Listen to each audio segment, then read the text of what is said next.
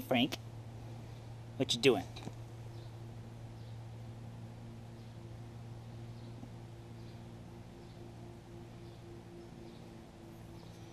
Hmm? Eh? What do you mean?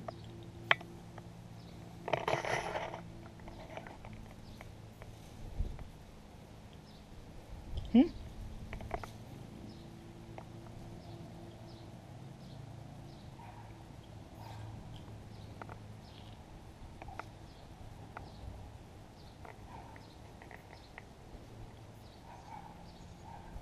Oh, what are you biting? What are you biting? Hmm? What are you biting? Oh, flop. Arr. Meow. What? You were just talking. Why do you stop talking when I turn the camera on? Huh? You're a goof. You know that? Goofball.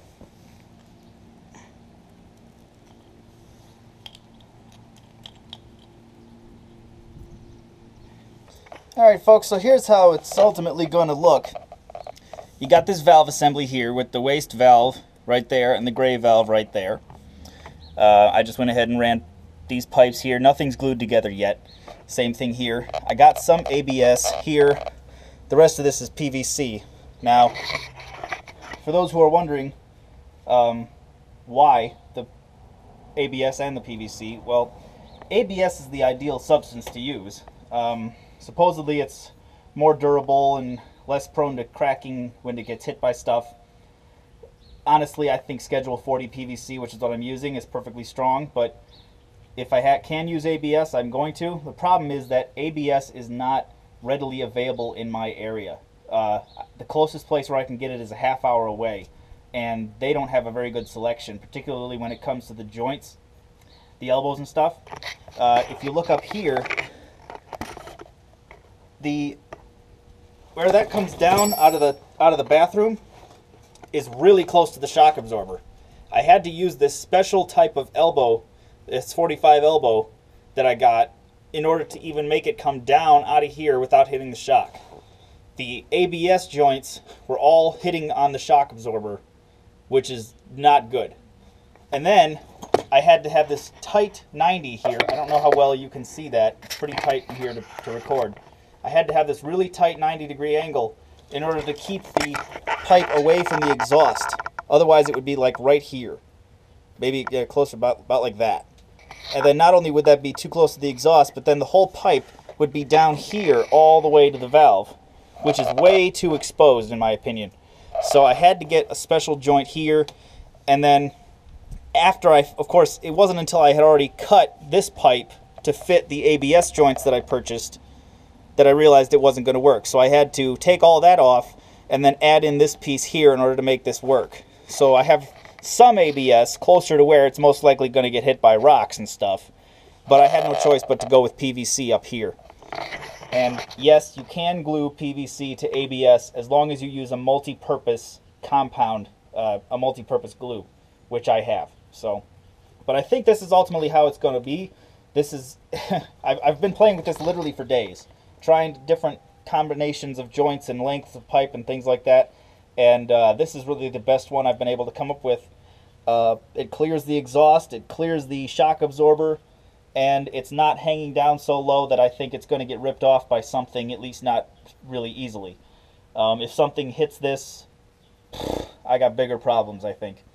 And ultimately, as I said before, I'm designing this thing to be pretty much infinitely repairable. Really the only glued joints, 100% glued joints, are the gray water lines.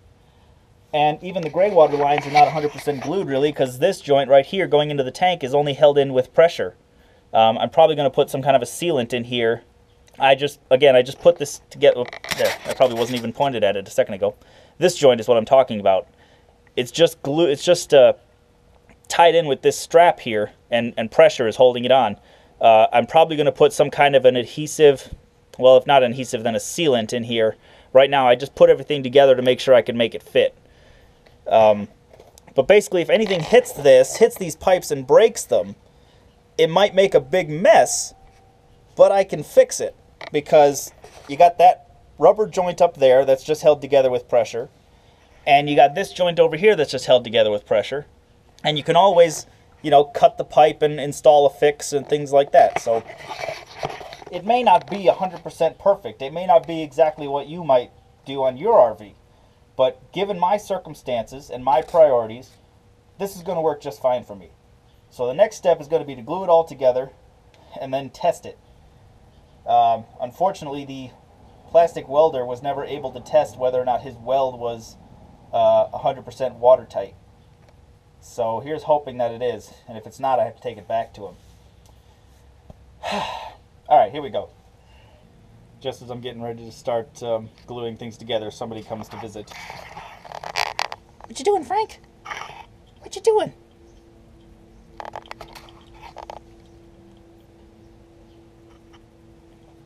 You bad? Yeah? Bad kitty.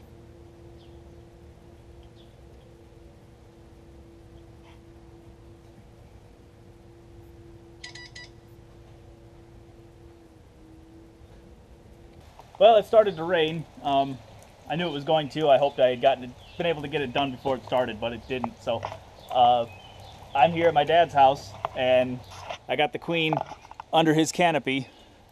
He put his RV in the street. But what I've gone ahead and done is I've got these glued together. This is the end result.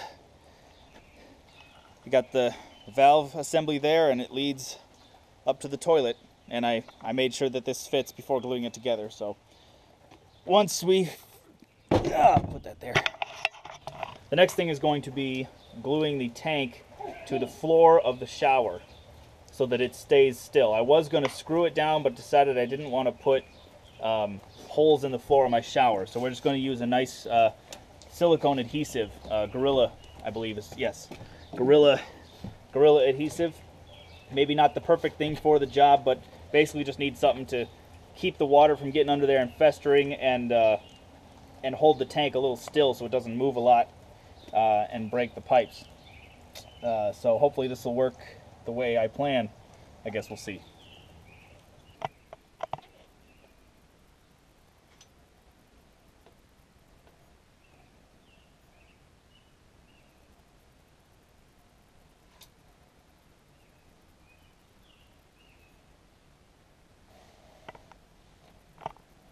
Hey, Gordon, Yes, don't screw up. thank you.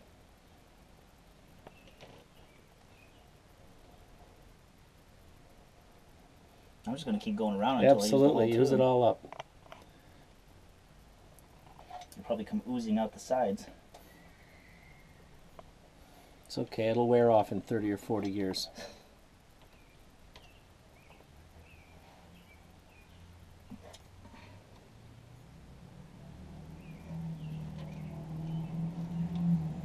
This is kind of hard on the forearm. I'm okay. Smart ass.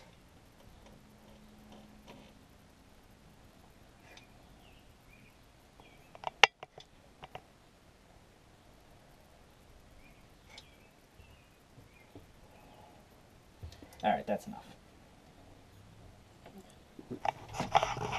Ow. Oh, I just put my wet shoe right where I'm supposed to be. Idiot. If you're going to handle both sides of the dialogue. Blah, blah, blah. Very good. Okay, now comes the tricky bit, getting this in without putting my feet down. Yes. Probably should have taken your shoes off and just done this in your socks. Now that ship has sailed. Apparently has. Straight down now. I know.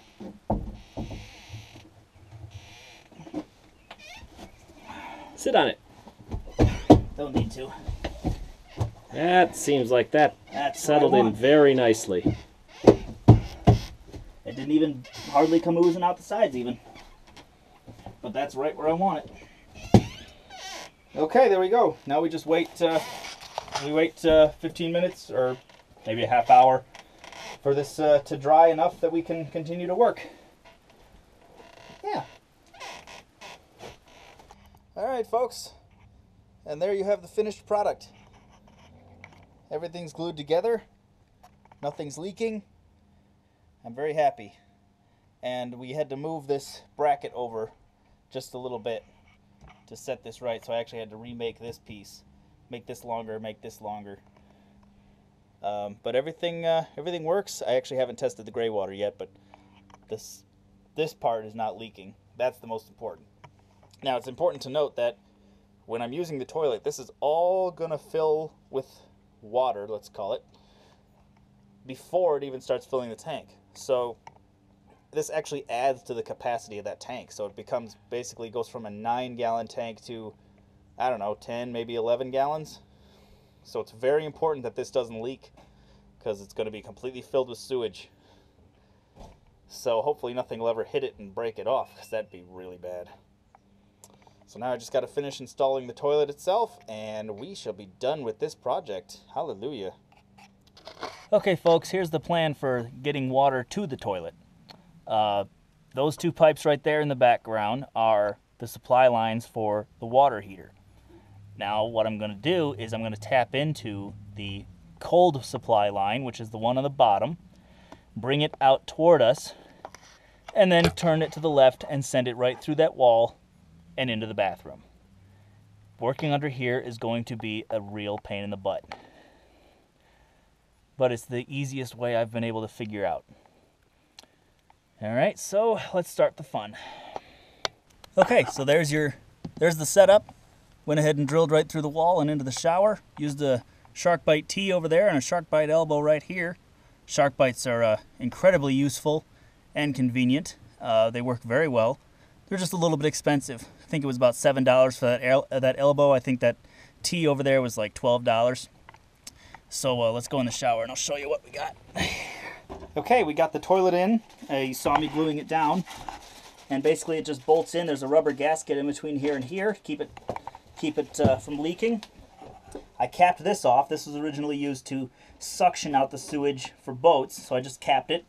This is a one-way valve, a one-way vent basically. It allows air to come in for when I drain the tank. Air will be able to replace the water, but it doesn't allow anything back out. So that's why I added that there. If this doesn't work, if it causes any problems, I'm going to just detach this and run a hose all the way up the top of the roof. But I'm trying to avoid cutting holes in the roof if I can. So assuming this works, I shouldn't have to. And then back here, you got the water line coming in from under the sink, and it just attaches right there. And unfortunately, you can see that the toilet is a little bit crooked. Basically just because when they put the mounting holes on the top of the tank, they didn't line them up quite right. So there's no possible way for me to straighten it now, but it's not going to cause a problem. It's just a little bit aesthetically messy. So now we can finally de-winterize the van and test it out. And that's the next thing on the list. Alright, now I've got the toilet in. I've de-winterized, hooked up all the plumbing and everything. It's the moment of truth. Here we go. There's a foot pedal over here. If I lift up on it, I'll get water, which I do. If I push down, here we go.